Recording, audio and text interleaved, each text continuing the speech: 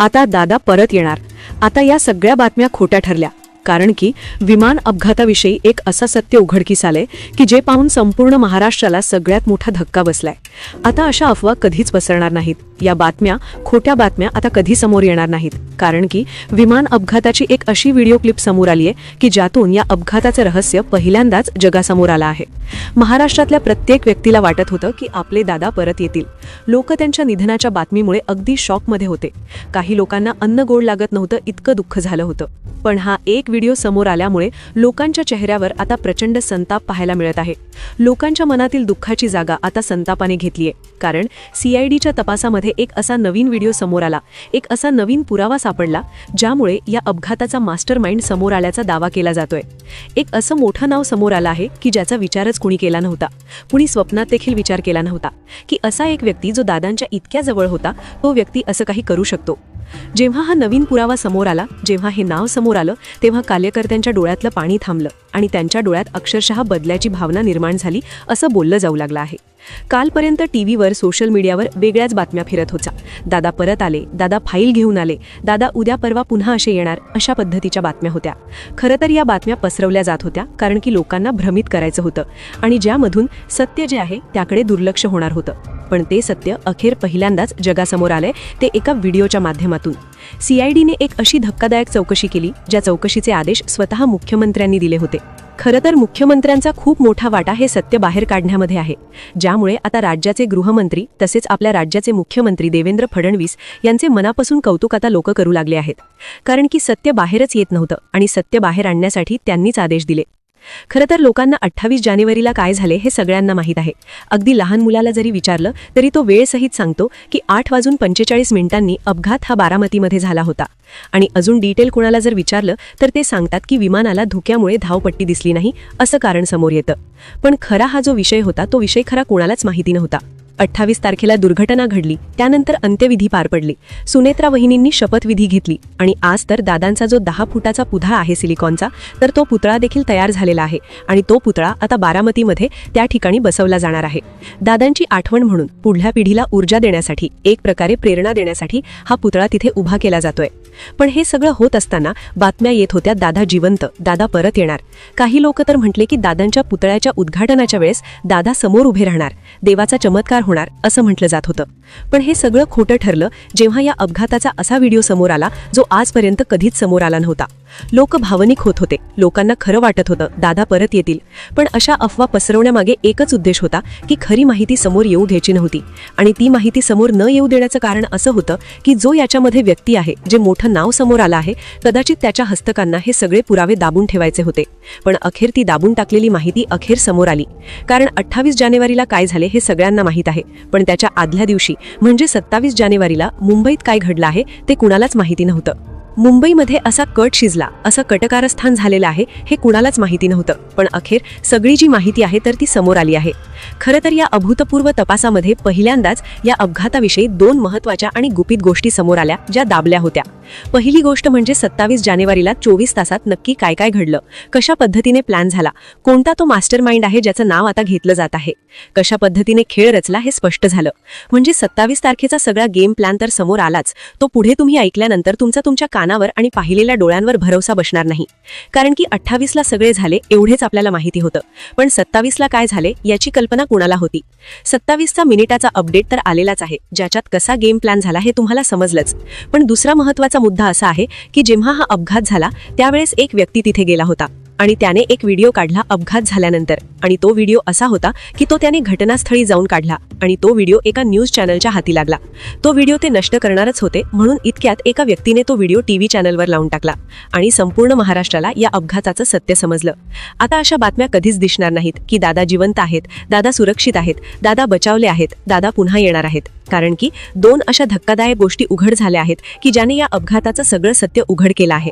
पहिली गोष्ट म्हणजे 27 तारखेचा सगळा मिनिटाचा अपडेट आलेला आहे आणि दुसरी गोष्ट एक व्हिडिओ जो आतापर्यंत उघड झालाच नव्हता, तो नष्ट करण्याचा प्रयत्न झाला, तो दाबण्याचा प्रयत्न झाला, पण एका टीव्ही चॅनलने तो दाखवून सगळं सत्यच उघड पाडलं आहे। खरं तर 27 तारखेचा सगळा गेम आणि एक नवा व्हिडिओ या 2 गुपित गोष्टी समोर आल्या आहेत आणि ज्यामुळे एक अशी घडामोडी घडली की ज्यामुळे लोकांना आता एक आशेचा किरण दिसलाय। लोक आता म्हणत आहेत की दादांना खऱ्या अर्थाने आता न्याय मिळतोय. मुख्यमंत्र्यांचे प्रचंड कौतुक होत आहे. कालपर्यंत ज्या अफवा पसरल्या होत्या त्यांना आता पूर्णविराम मिळणार आहे. आता कोणती अफवा पसरणार नाही, कोणत्या चुकीच्या बातम्या दिसणार नाहीत, कारण की दाबून टाकलेल्या बातम्या आता बाहेर आल्या. ज्या दाबण्यासाठी अफवा पसरवल्या होत्या त्या अफवा सगळ्या खोट्या ठरल्या, त्यांचा उद्देश खोटा ठरला आणि आता खरी माहिती समोर आली. मग एक कटू सत्य आहे जे स्पष्ट झाले, जे म्हणजे दादा आपल्याला सोडून गेले आहेत. पण त्यांच्या जाण्यामागे कोणाचा हात होता? या अपघाताचा सूत्रधार कोण होता? कोण होता तो व्यक्ती ज्याने सुपारी दिली असं बोललं जाऊ लागलं आहे? 27 तारखेचा प्लॅन नेमकं काय होता? त्या व्हिडिओमध्ये असं काय वेगळं दिसलं की ज्यामुळे तो व्हिडिओ नष्ट केला जाण्याची शक्यता होती? एक व्यक्ती जो अपघात झाल्या तिथे गेला होता त्याने त्याच्या मोबाईल कॅमेरामध्ये तो व्हिडिओ काढला. तो व्हिडिओ आज का समोर आला? एक असं कोणतं मोठं नाव समोर आलं की जे ऐकताच संपूर्ण महाराष्ट्राच्या पायाखालची जमीन सरकली. त्याच्या मुसक्या आवळल्या जातील, त्याला कठोर शिक्षा होणार, हे सगळं आता समोर आलेलं आहे. पहा, दादांच्या निधनाला 15 ते 20 दिवसाचा कालावधी जवळपास होत आलाय. एवढ्या दिवसात जे झालं नव्हतं ते अगदी काही तासातच झालंय आणि हे सगळं मुख्यमंत्र्यांच्या तत्परतेमुळे झालंय. मुख्यमंत्र्यांच्या अगदी जबरदस्त निर्णयामुळे झालेला आहे. कारण त्यांनी दिलेला आदेश अत्यंत कडक होता आणि त्यांच्या आदेशाचं पालन करणं हे तपास पथाचं काम होतं. आणि अखेर त्यांच्या आदेशानुसार तपास झाला आणि संपूर्ण महाराष्ट्राला या वस्तुस्थितीचा उलगडा झाला, जो उलगडा आजपर्यंत झाला नव्हता, जो 15-20 दिवसात झाला नव्हता, तो एका आदेशानुसार झाला. अखेर या प्रकरणाचा मास्टरमाइंड समोर आल्याचं बोलले जाते. मग हा अपघाताचा कट कशा पद्धतीने रचला गेला असेल? मग खरंच तो एक अपघात होता की थंड डोक्याने खेळलेली चाल होती? सगळ्या सविस्तर गोष्टी उघड झाल्या, कारण की 27 तारखेचा सगळा कच्चा चिठ्ठा समोर आलाय आणि एक नवा व्हिडिओ जो याआधी कधीच समोर आला नव्हता, तो व्हिडिओ समोर आलेला आहे. पहा, सुरुवातीला सांगितलं गेलं की विमान हे तांत्रिक दोषामुळे किंवा वैमानिकांच्या चुकांमुळे हा अपघात झाला असावा, असं सांगून लोकांचे समाधान करण्याचा प्रयत्न झाला. पण लोकांचं त्या ठिकाणी समाधान झालं नाही.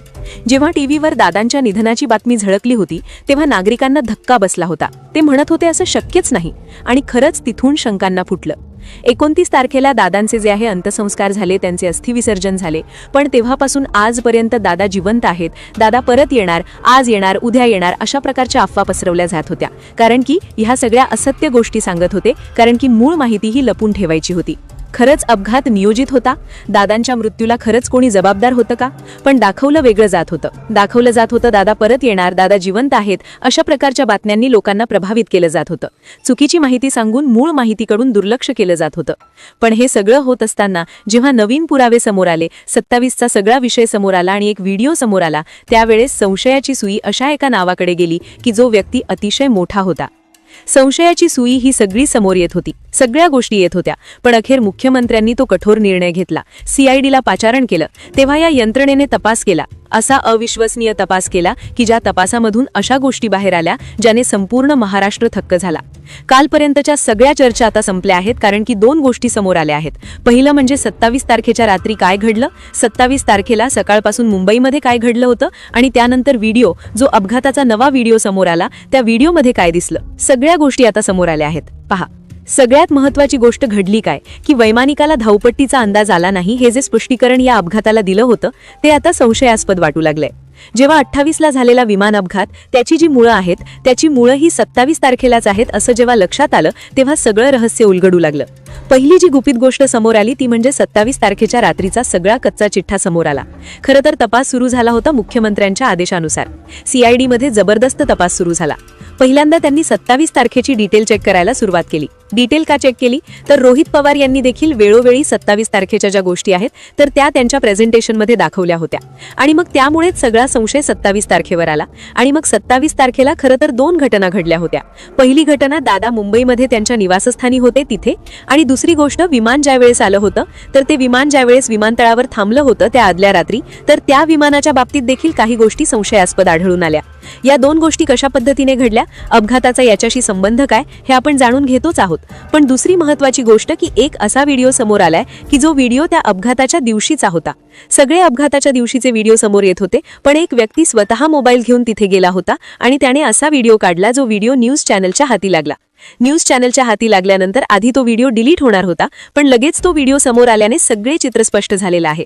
खरं तर आपल्याला सगळ्यांना माहित आहे की 28 तारखेला नेमकं काय काय घडलं होतं, पण 27 जानेवारीच्या रात्री नक्की काय गुपित ठिकाणी मीटिंग झाल्या हे कोणालाच ठाऊक नव्हते. खरं तर 3 महत्त्वाच्या गोष्टी 27 जानेवारीला घडल्या, ज्याचा आधार घेत CIDने मुख्य आरोपीचे नाव समोर आणलेलं आहे. 27 जानेवारीची ती संध्याकाळ, मुंबईतील देवगिरी बंगल्यावर नेहमीप्रमाणे कार्यकर्त्यांची वर्दळ कमी होऊ लागली होती. दादा त्या दिवशी एरवीपेक्षा अधिक गंभीर आणि शांत दिसत होते. त्यांच्यासोबत असणाऱ्या एका विश्वासू सहकार्याच्या सांगण्यानुसार दादांनी त्या दिवशी आपले सर्व प्रशासकीय कार्य वेळेत आटोपले होते. त्यांनी आपल्या वाहन चालकाला बोलावून स्पष्ट आदेश दिले होते, उद्या पहाटे 5 वाजता आपल्याला मोटारीने साताऱ्यासाठी निघायचे आहे.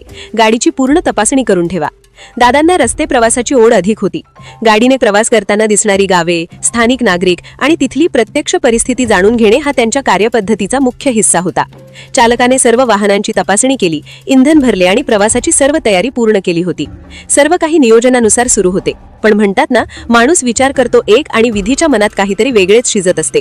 रात्री 10च्या सुमारास दादा विश्रांतीसाठी आपल्या खोलीत जात असताना त्यांच्या खासगी भ्रमणध्वनीची रिंग वाजली आणि येथूनच या संपूर्ण प्रकरणाचे पहिले गूढ वळण सुरू झाले.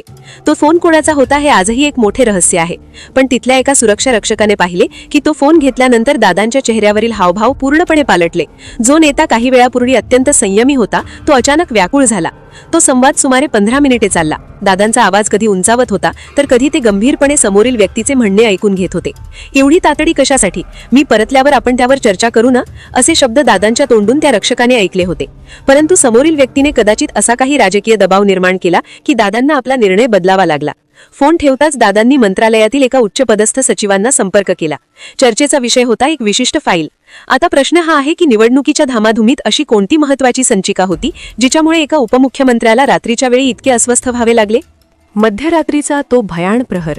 मंत्रालयाचा अवाढव्य परिसर एरवी शांततेच्या चादरीत ओढलेला असतो. पण त्या रात्री 7व्या मजल्यावरील त्या दालनातून बाहेर पडणारे प्रकाशाचे कवडसे काहीतरी विखारी शिजत असल्याचे संकेत देत होते. तपासाच्या दप्तरातील हा तो सर्वात काळपट दुवा आहे. सीसीटीव्हीच्या त्या धूसर चित्रणात एक सावली कैद झाली होती. चेहरा पूर्णपणे झाकलेली ती आकृती रेकॉर्ड रूमच्या कपाटांमध्ये एखाद्या सावजासारखे काहीतरी शोधत होती. तिकडे देवगिरीच्या भिंती दादांच्या वाढत्या अस्वस्थतेच्या साक्षीदार होत्या. निरोप धडकला होता, ती निर्णायक फाईल मंत्रालयाच्या चक्रव्यूहात कुठेतरी हरवली आहे. पहाटेच्या धुक्यात रस्ते प्रवासाने निघण्याचं नियोजन होतं, पण त्या फाईलचा अडथळा जाणीवपूर्वक उभा केला गेला होता. स्वाक्षरीसाठी अडकलेली ती फाईल अखेर बाहेर आली तेव्हा पहाटेचे 4 वाजले होते. मोटारीने जाण्याचा तो सुरक्षित मुहूर्त पद्धतशीरपणे हुकवण्यात आला. ही केवळ एक फाईल नव्हती, तर त्या भीषण षडयंत्रातील पहिली चाल होती ज्याने दादांना वेळेच्या अशा पेचात पकडले की आकाशाच्या मार्गाशिवाय दुसरा कोणताही पर्याय उरला नाही. जेव्हा जमिनीवरचे मार्ग रोखले गेले तेव्हा नियतीने विमानाचा फासा टाकला. इथपर्यंत सगळं नॉर्मल सुरू होतं. आता विमान बुकिंग झालं होतं. बुकिंग किती वाजता झालं, कशा पद्धतीने बुकिंग झालं हे रोहित पवार यांनी यांच्या पत्रकार परिषदेमध्ये लोकांना दाखवलं होतं. पण जेव्हा विमानाचं बुकिंग झालं त्या दिवशी आदल्या दिवशी रात्री 27ला ते विमान विमानतळाहून थांबलं होतं, पण विमानतळावर जो खेळ झाला तो समोर आलेला आहे. इकडे दादा आपल्या दुसऱ्या दिवसाच्या प्रवासाची तयारी करत होते, फाईलची वाट पाहत होते, सही करत होते. त्यावेळेस विमानतळावर काही संशयास्पद गोष्ट होत होत्या. विमानतळावर विमानाच्या सोबत अशा काही गोष्टी घडल्या त्या आज पहिल्यांदा उघड झाल्या आहेत. ज्या खासगी विमानातून हा प्रवास होणार होता त्या विमानाभोवती आदल्या रात्री काही अनोळखी चेहरे घिरट्या घालत होते. रोहित पवारांनी ज्या तांत्रिक छिद्रांकडे बोट दाखवले आहे ते प्रश्न आता काळजाला घर पाडत आहेत. त्या रात्री विमानाजवळ शेवटचा दिसलेला तो चेहरा होता रमेश. या रमेशच्या अंधारी पार्श्वभूमीचा शोध घेतला असता समजले की त्याच्या बँक खात्यात आदल्या दिवशी एका परकीय शक्तीकडून मोठी रसद पोचली होती. विमानाचे ट्रान्सपॉन्डर आणि इंधन यंत्रणेत केलेला तो कौशल्याचा बिघाड इतका अचूक होता की अनुभवी वैमानिकालाही मरणाचा सुगावा लागणे अशक्य होते. आता या कथेच्या केंद्रस्थानी येतो तो वजनदार नेता ज्याच्यावर संशयाचे दाट धुके साचले आहे. प्रमोद हिंदूरावांनी थेट त्या विशाल व्यक्तिमत्वाच्या संशयास्पद हालचालींकडे लक्ष वेधले आहे. दिल्लीच्या सत्तेशी घनिष्ठ नाळ असणाऱ्या त्या नेत्याने त्या रात्री दादांना तब्बल 3 वेळा संपर्क केला होता. त्यांचा सततचा आग्रह, फाईलवर स्वाक्षरी केल्याशिवाय मुंबई सोडू नका, हा केवळ कर्तव्यदक्षता होती की दादांना पहाटेपर्यंत मुंबईत खेळवून ठेवण्याची एक गुप्त रणनीती? ज्या राजकीय विलिनीकरणाला दादांचा पोलादी विरोध होता त्यांच्या जाण्यानंतर त्याच गोष्टी महामार्गासारख्या मोकळ्या झाल्या. राजकीय गणितात जर नफा मोजायचा झाला तर या अपघाताचा सर्वाधिक फायदा कोणाला झाला हे उघड गुपित आहे. 28 जानेवारीची ती दुर्दैवी सकाळ. रात्रीच्या त्या मानसिक संघर्षाचा थकवा दादांच्या चेहऱ्यावर स्पष्ट दिसत होता. विमानात सुमित कपूरसारखे अनुभवी सारथी होते. पहिले 15 मिनिटे सर्व काही अलबेल होते, पण अचानक नियंत्रण कक्षाशी नाळ तुटली. विमान हवेत असतानाच स्टॉल झाले. इंजिनाचे श्वास कोंडले गेले. मदतीची हाक देण्यासाठी ट्रान्सपॉन्डर आधीच निकामी केल्याचा संशय आहे. त्या शेवटच्या 1 मिनिटात नक्की काय घडले? कोणताही तांत्रिक स्फोट की इंधन यंत्रणेची जाणीवपूर्वक केलेली नाकेबंदी? CIDच्या हाती असलेला ब्लॅक बॉक्स आता प्रयोगशाळेत आहे, पण त्यातील डेटा छेडछाड करण्याचा प्रयत्न झाला आहे. आज यंत्रणा त्या रमेश नावाच्या तंत्रज्ञाचा शोध घेत आहेत, जो त्या दिवसापासून वाऱ्यासारखा गायब झाला आहे. त्याचे शेवटचे लोकेशन दक्षिण मुंबईत आढळले आणि त्यानंतर त्याचे अस्तित्वच पुसले गेले. त्याला देशाबाहेर धाडले गेले की त्याचा आवाज कायमचा शांत करण्यात आला. रोहित पवारांनी विचारलेले प्रश्न आजही सत्तेच्या दालनात घुमत आहेत. ती विमान कंपनी कोणाची होती? रमेशची नियुक्ती कोणाच्या आदेशावरून झाली होती? या प्रश्नांची उत्तरे आजही धुक्यात हरवलेली आहेत. तपास यंत्रणा सध्या कायदेशीर मर्यादांमुळे कोणावरही थेट वार करत नाहीत. तरीही हे केवळ तांत्रिक अपयश नसून एका मोठ्या राजकीय हत्याकांडाचा भाग असण्याची शक्यता नाकारता येत नाही. तर मित्रांनो, 27 जानेवारीची ती रात्र आणि 28 तारखेची ती भीषण सकाळ या दरम्यान जे काही घडलं ते पाहिल्यावर आता अनेक प्रश्न उपस्थित होत आहेत. मंत्रालयातील ती फाईल, मध्यरात्री आलेला तो अनाकलनीय तो फोन कॉल आणि विमानजवळ दिसलेला तो संशयास्पद चेहरा रमेश, हे सर्व फक्त योगायोग आहेत की एका मोठ्या कटाचे धागेदोरे? CIDच्या या नव्या खुलाशानंतर संपूर्ण महाराष्ट्र हादरला आहे. पण एक गोष्ट आपण समजून घेतली पाहिजे की या सर्व गोष्टी सध्या तपासातील शक्यतांवर आधारित आहे. आम्ही कोणत्याही निष्कर्षावर शिक्कामोर्तब करत नाही, कारण सत्य अजूनही पडद्याआड असू शकतं. मात्र ज्या पद्धतीने पुराव्यांची छेडछाड झाली आणि मुख्य साक्षीदार गायब झाले, त्यावरून संशयाची सुई एका मोठ्या नावाकडे वळते, हे नाकारता येणार नाही. आता खरी वेळ आहे तुमचं मत मांडण्याची. तुम्हाला काय वाटतं? ज्या मास्टर माइंडचं नाव घेतलं जाते तो खरंच इतका जवळचा व्यक्ती असू शकतो का, की ही केवळ दादानं राजकीय वाटेतून बाजूला करण्याची एक खेळ होती? तुमची प्रतिक्रिया कमेंट बॉक्समध्ये नक्की लिहा. तुमच्या कमेंट्समुळेच या विषयावर दबाव निर्माण होईल आणि खरं सत्य बाहेर येण्यास मदत होईल. महाराष्ट्राच्या राजकारणातील या सर्वात मोठ्या रहस्याचे पुढील अपडेट्स मिळवण्यासाठी आपल्या चॅनलला आत्ताच सबस्क्राईब करा आणि हा व्हिडिओ जास्तीत जास्त शेअर करा. भेटूया पुढच्या भागात. तोपर्यंत धन्यवाद.